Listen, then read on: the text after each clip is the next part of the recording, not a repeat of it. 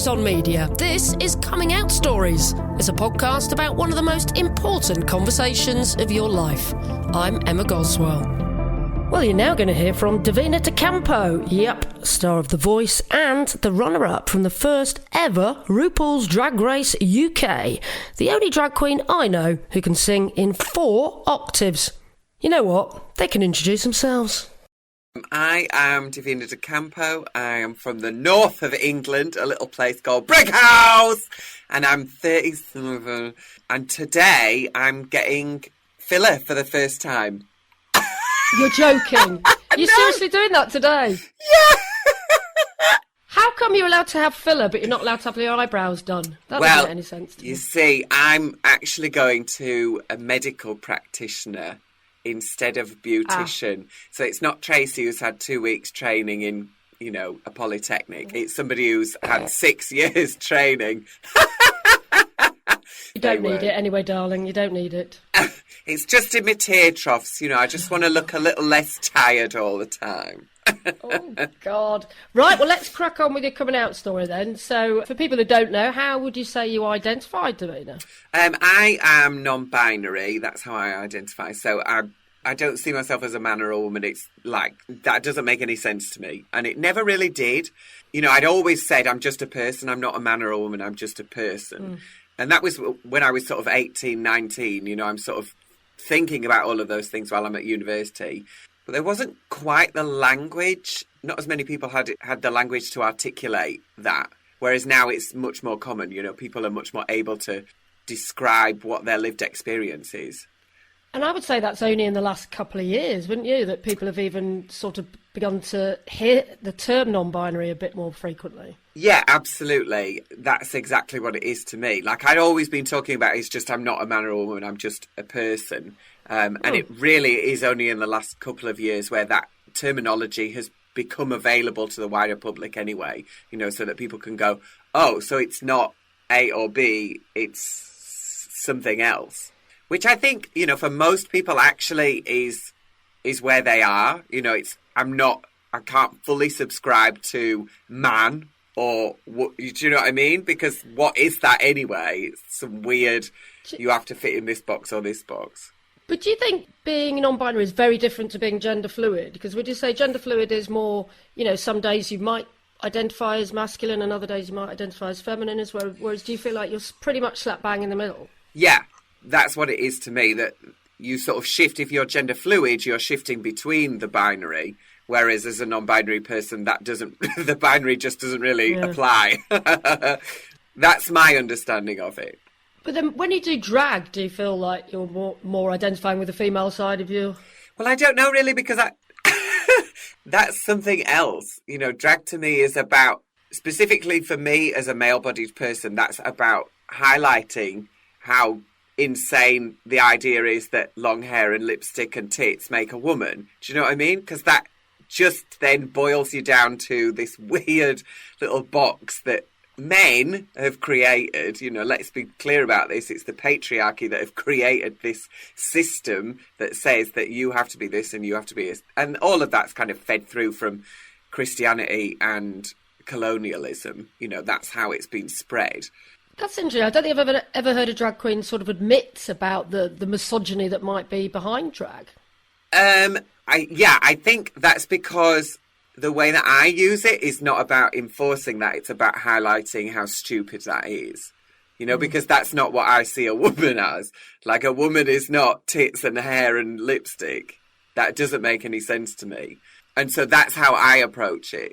I think, there's an argument with Panto that in some ways it is enforcing that. But, I don't see it that way, because it is saying this is not what being a woman is. You can't just say a dress and hair and makeup makes a woman, The way I'm approaching it is from the other end, not reinforcing it and going, this is what a woman should be. This is me saying, this is not what a woman is. This is a fallacy, Let's rewind a bit and go back to little Davina when you were growing up, because I think it's fair to say, isn't it, little Davina, when you're growing up, you get all these stereotypes sort of enforced on you, don't you? You tend to. I remember my own mother trying to get me to wear a skirt once a week because she said that's what girls wear, God, well, there was a big row over that. But I mean, was there similar things going on in your household? Were they trying to push the binary on you in some way? Or my dad more than my mum, which is weird because when I came out, she did not react well. But when I was little, like, that was absolutely not an issue. We had a dressing up box, and like my favourite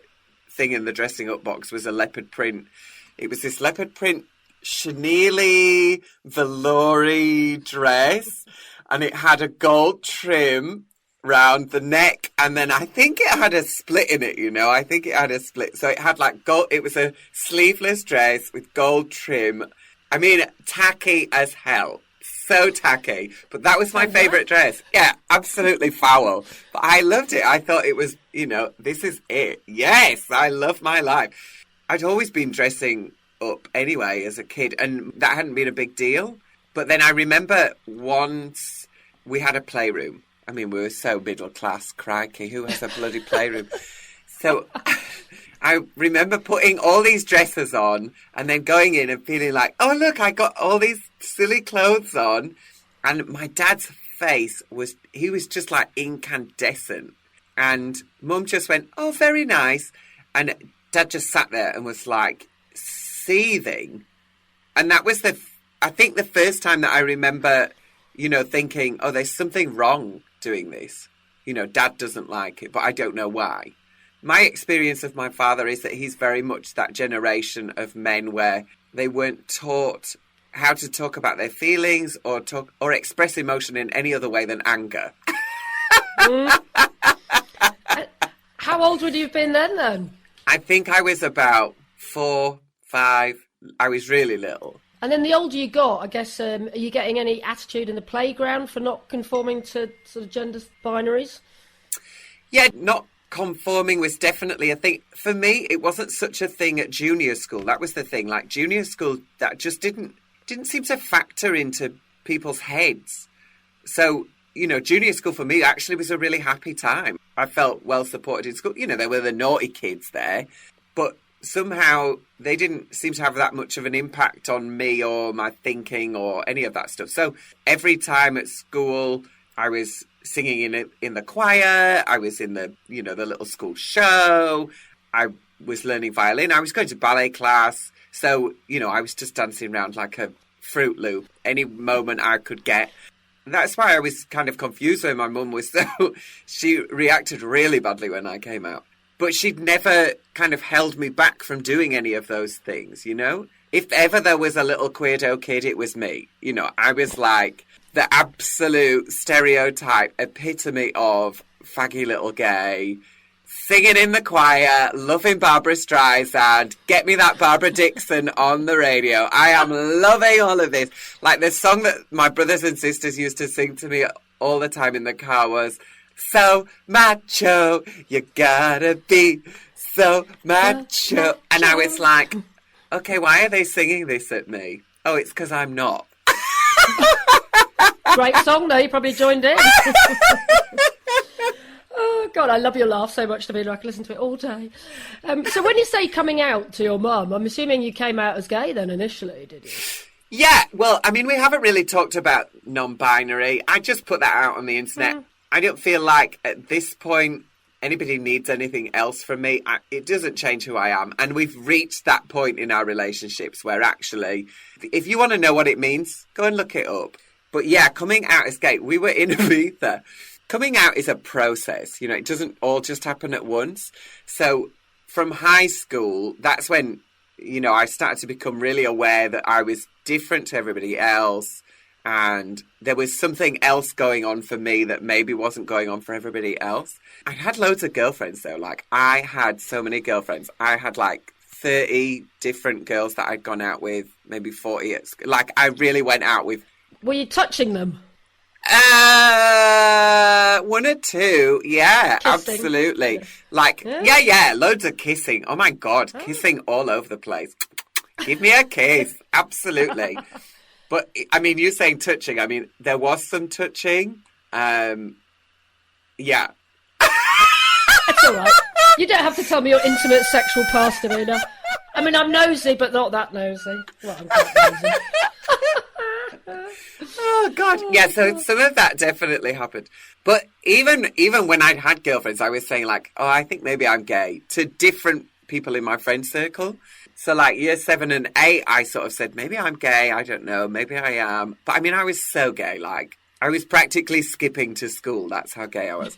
I think like year 10 was when I properly came out to like my then friend circle. And then it was like just common knowledge. You know, everybody just knew, oh, he's the gay one. Which, I mean, everybody had known anyway. I'd been getting called bad boy and faggot and queer and all of that stuff from day one of high school. Really? Oh, yeah. That must have hurt. That must have hurt, though, right? Oh, yeah. Like, that's what I mean. Like, junior school, it just wasn't a thing. And then I got to high school and suddenly, like, you're the one to pick on. So high school was really difficult. And because of Section 28, which, you know, when I was on Drag Race, I talked about that. It just meant that teachers didn't feel comfortable or able to combat it, you know? So even though they knew that it was bullying and they knew that it was wrong, their hands were kind of tied because if they said, look, you can't bully him because he's gay, then they're saying that's equal to straight relationship, which the legislation specifically said that they could not do. So, you know, the homophobic teachers, which of course there are always homophobic teachers as well as supportive teachers, it gave them a free pass. And then the teachers who were supportive, it meant that they would really struggle. It just tied their hands and meant that they couldn't really do anything. So my way of dealing with that was like at high school, I'd put up with it for so long and then I'd get to like 3-4 months, and then I'd just kick the shit out of somebody. You know, I would just go like, Rah! And smash somebody's head in. And you literally had to fight them. Yeah. But it would just be the red mist would descend. I'd just go for somebody and smack them. And did you get in trouble for that then, or did it offer you some protection afterwards? It offered me protection afterwards for definite. Like, this is not me saying this is how you should deal with it. It's not a healthy way to deal with. No. Don't go around punching people. But I think with the culture and how things were at the time, it was one of the only ways that really was left to me to deal with it. But after I'd done that, whether it was lower school or upper school, I would go to the office and I would say, look, I've just done this. I think they were a year 9 or a year 10. I'm really sorry. You know, most of the time they would say, look, you can't do this. You know you can't do this. It's not acceptable. But unless someone comes and complains about it, there's nothing we can do. Fair enough. God. So, yes, so tough school times then. But you were mentioning that you were in Ibiza. Was this about when you were about to tell your parents, was it, in Ibiza? Yeah. So mum and dad at this point have broken up. We're on holiday with mum in Ibiza in, I don't know where it was, because I worked in Ibiza for 2 years, you know, when I was like in my 20s. But I don't know where this hotel was. I worked all over the island and I still have no idea where it was. I mean, really, it could have been Clacton and I just didn't know. So I think it was Ibiza. And my mum was having a go at me because I'd been out all day with these people that I'd met on holiday, you know, just being a teenager, you know, ignore your family and go and hang around with other people who you don't really know. I'd been out with them all day and she was saying, you know, you've been really antisocial, you never see us, you're not here, blah, blah, blah, blah, blah, blah, blah. And then she just went, and sometimes I think you're gay. And I was like, well, yeah, I am. How do you know? How do you know? Ah! It was like the worst possible thing for her that would be a thing for me. And I think a lot of that comes from, you know, again, she's a boomer. So she's born in that time where it was still illegal to be gay. She'd lived through the 80s and we were in, you know, this would have been like 95, 96. So you'd have the 80s where people were literally getting gay bashed, you know, and she's fully aware of what's going on. And then you've got the AIDS crisis and the way people had been stigmatized because of that. And I think, you know, she was less worried about me and more worried about how society was going to treat me. And I guess she probably didn't have any LGBT role models or know any gay people in her own circle of friends necessarily. It does make a difference, doesn't it? Yeah, it does. I mean, funny how all these things that adults say to you when you're a kid, they really stick in your head. And she said to me that, you know, she had spoken to somebody who was gay and they'd said it was probably just a phase and not to worry about it. And, you know, I mean, how many of us have heard that it's just a phase and it's going to pass?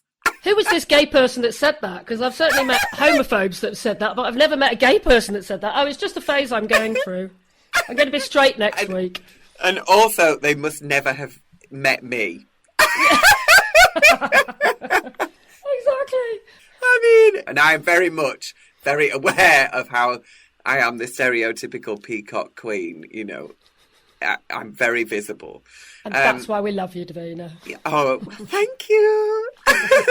Yeah, so she just dealt with it really badly. I do think, you know, it wasn't that she was homophobic. It was that she was worried about the impact that was going to have on my life and how society would treat me because of that. But, you know, how old was I when Queer as Folk came out? 14, 15? So it was around the same time, because Queer as Folk sort of gave me a lot of hope, you know, as a little queer kid, watching that going, oh, okay, so these people do exist. You can have a life and it'll be fine. It sounds like you've sort of justified her reaction after the event and you can cope with it all now, but I'm guessing at the time it was probably a difficult conversation and hurtful and upsetting. Oh, it was awful. It was awful. Like, as a kid, going through that at home, because, you know, she would come home and she'd go, I need to talk to you, and we would do that. So it was really hard. I mean, I'm a teenager, so at that point, all you can think about is yourself anyway, so I probably was just a selfish little shit. Quite a lot of the time I still am, so I can own that. That's fine. Because I was having that at home, and then I was having that at school. I was in a real tough place at that point. So did you not know any other gay people? Obviously you were watching Queer as Folk on the telly maybe, but were you able to go out to any gay bars eventually, or was that a bit further down the road? That was further down the road, definitely. So I came out when I was like 14, 15, and I was definitely, at that point, the only sort of visible out kid in school. I mean, there were other kids in school who were camp, but I was definitely like the target, you know, enemy number one for everybody at school, which was fine, because actually if it had been somebody else who wasn't as resilient as me, they'd have gone home and killed themselves. Whereas I was like, I know what I want to do with my life. You know, I know that I'm not going to live in Brick House forever. I know that these people are not going to be here forever. And I'm going somewhere. And I was really, really lucky in a lot of ways. I had other people that I knew who were really involved in theatre, involved in dance, involved in singing, acting, all of that stuff, who were really inspirational people. You know, they achieved amazing things in their lives. And they all just seemed to pop up at the right time for when I needed them. So you found your role models, even if they weren't necessarily other gay people. There were people there to support you. Yeah, absolutely. You know, and I was really, really lucky in that I found those people when I needed them most. From sort of 15, 16, I did know other gay people. I had a guy who was heavily involved in theatre, and he sort of helped a lot. And then, I can't remember how I met these people, but I went to a party, met these people, and then they were like, oh, do you go to the gay group? And I was like, what do you mean the gay group? What are you on about? The gay group? Oh, the gays. And they were like, well, on a Wednesday, there's a youth group for gay kids in town. And I was like, is there? What?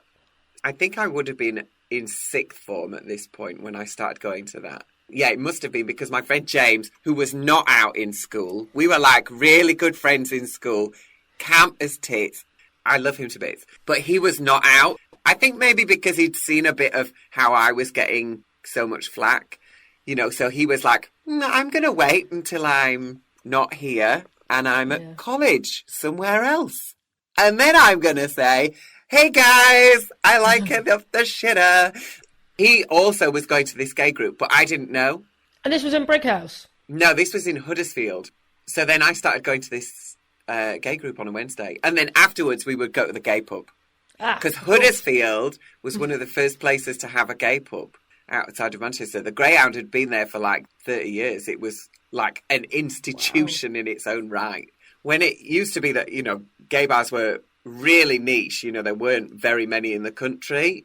People used to drive from like Manchester to go to that pub or go to this pub or go to the, you know, so people would drive for miles and miles to go to, there's a gay pub here, we'll go there tonight. Yeah, well, pre-social media, that's how we used to meet people, isn't it? That's what we did. Yeah. Yeah, I know, which is, I mean, weird. God, who would want to actually meet a real person? The germs. Oh, definitely now. Did you ever come out to your dad as well then, separately? That happened much later. So Mum had also kind of planted in my head that he was really homophobic, which, I mean, he probably is. I've never really talked to him about any of that stuff, but I think he asked one of my brothers. I think he asked my brother Reese, and Reese said, yeah, he is.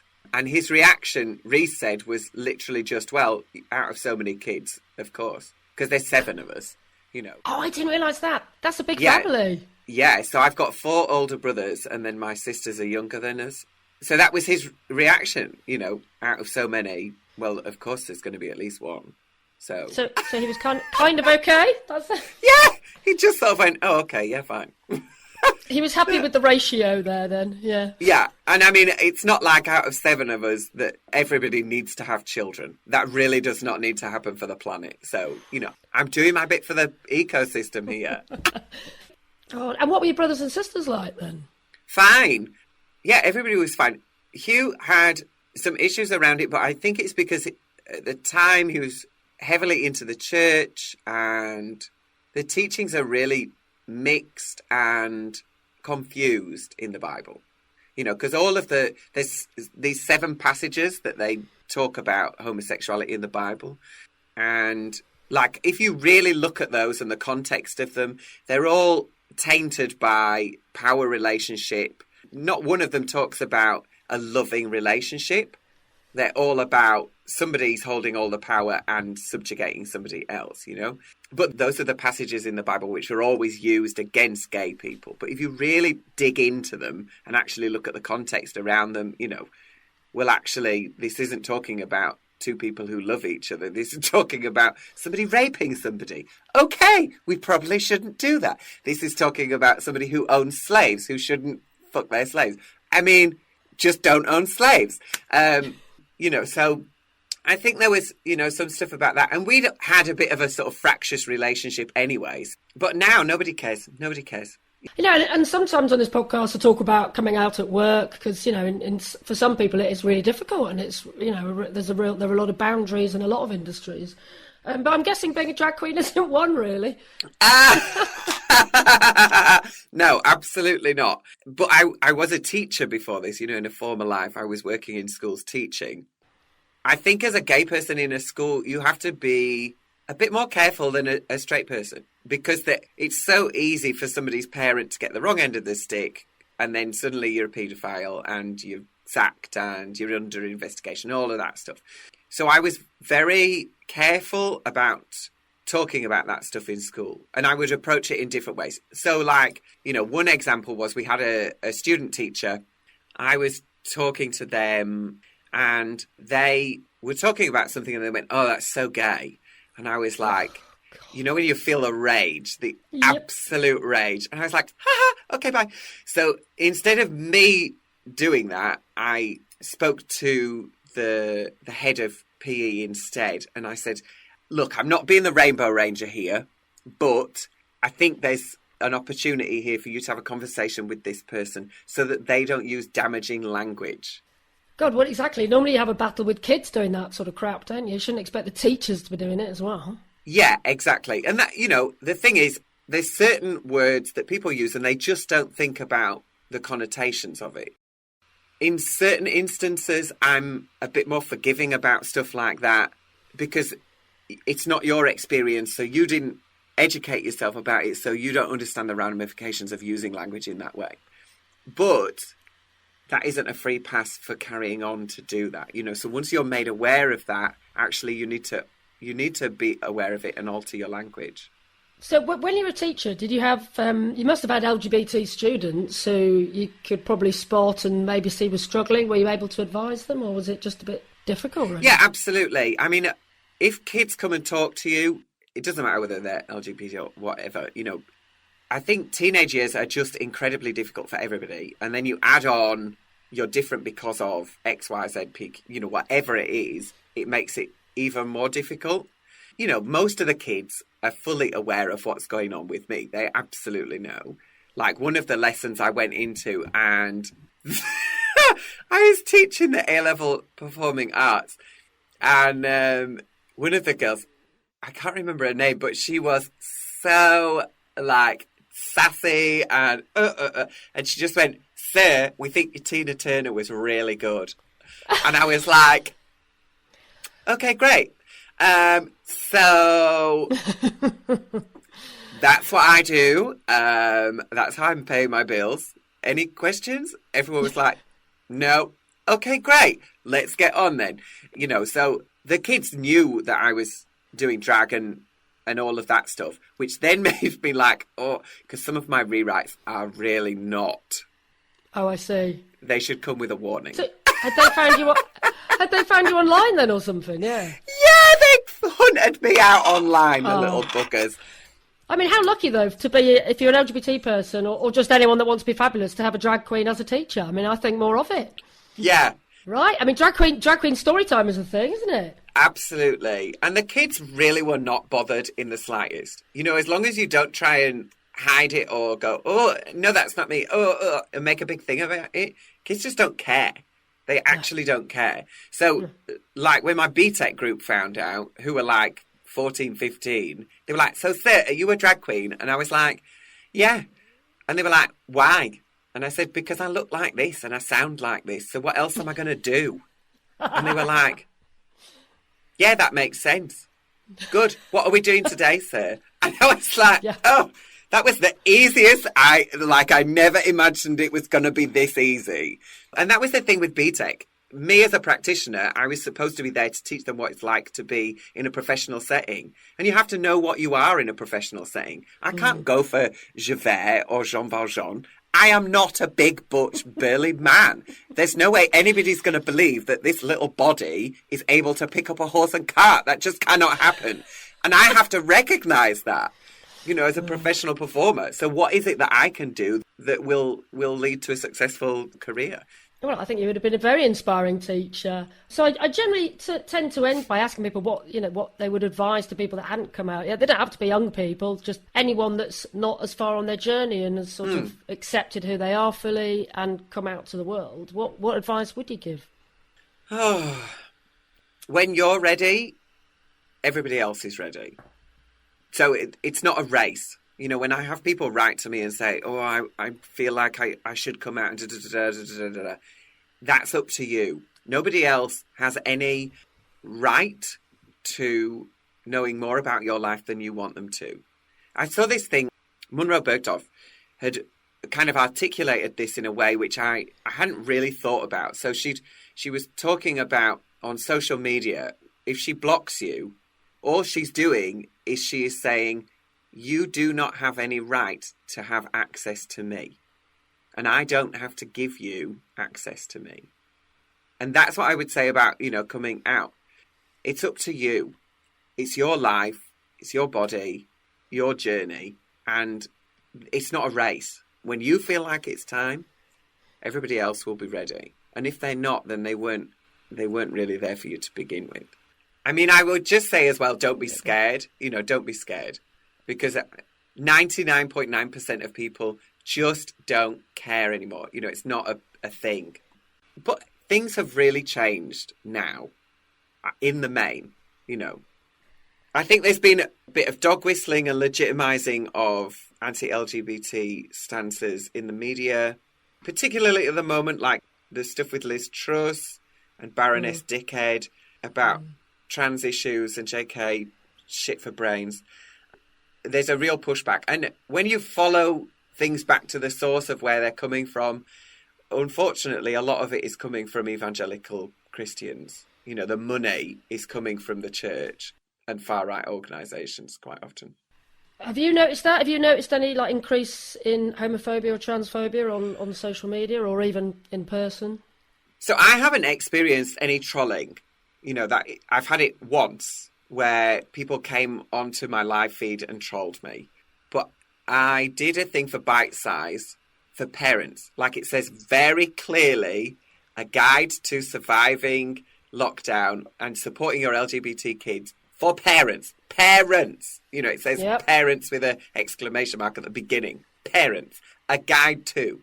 And the... The amount of abuse I have received online because of doing that, because people can't read for a start, and they're going, you're trying to indoctrinate children. When it's very clearly a resource for parents. I feel a bit like, 3-4 years ago, there would have been less of that.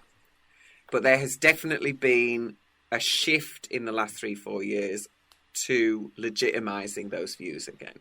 Yeah, just goes to show, even though we couldn't march the streets this year, there's always a need for pride, right? Always. There is still a lot of work to be done. And just because people, we're really lucky we live in Manchester. It's a very open and accepting city.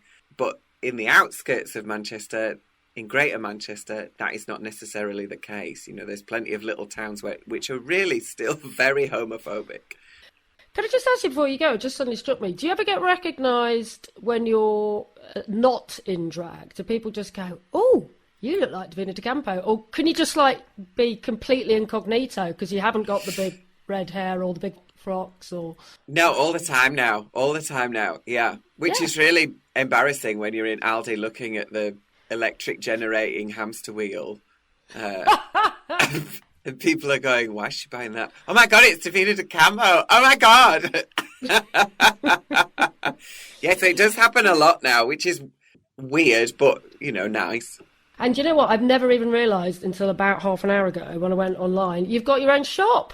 She's got products. Oh, of course. Yeah. You've got posters, you've got enamel badges, you've got it all going on. Oh, yeah. I mean, all of that is in America, and I'm just now having things here in the UK as well. So you're not having to wait 3 weeks to get stuff.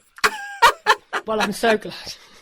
Fab. And when can we next see you, maybe on our telly box or doing something in public? I've got various bits and pieces coming up. So I know that there's a Vox Pops thing that I did, but I don't know when that's out. I mean, I just seem to pop up at the most unexpected moment. So... Without a doubt, the best laugh in show business. A massive thank you to Divina de Campo. Please do subscribe wherever you get your podcasts from, and we'd also really appreciate it if you'd find the time to leave us a rating or a review. To find out more about Coming Out Stories, ask us a question, or even offer your own story for an interview, you can follow us on Twitter at Come Out Stories or at Coming Out Stories Pod on Instagram. We'd love to hear from you. I'm Emma Goswell, and Coming Out Stories is edited by Sam Walker and is a What Goes On Media production. Now, I'm afraid that's it from us for a little while. We're going to take a little summer recess and we'll be back in the autumn with loads more inspiring guests for you. In the meantime, please do listen back to our many, many episodes and please rate us and give us a review too. It would mean so much. Oh, and did we mention we've got a book out as well? It's also called Coming Out Stories. It's edited by me, Emma Goswell, and by Sam Walker. And it's available now to pre-order. See you next time.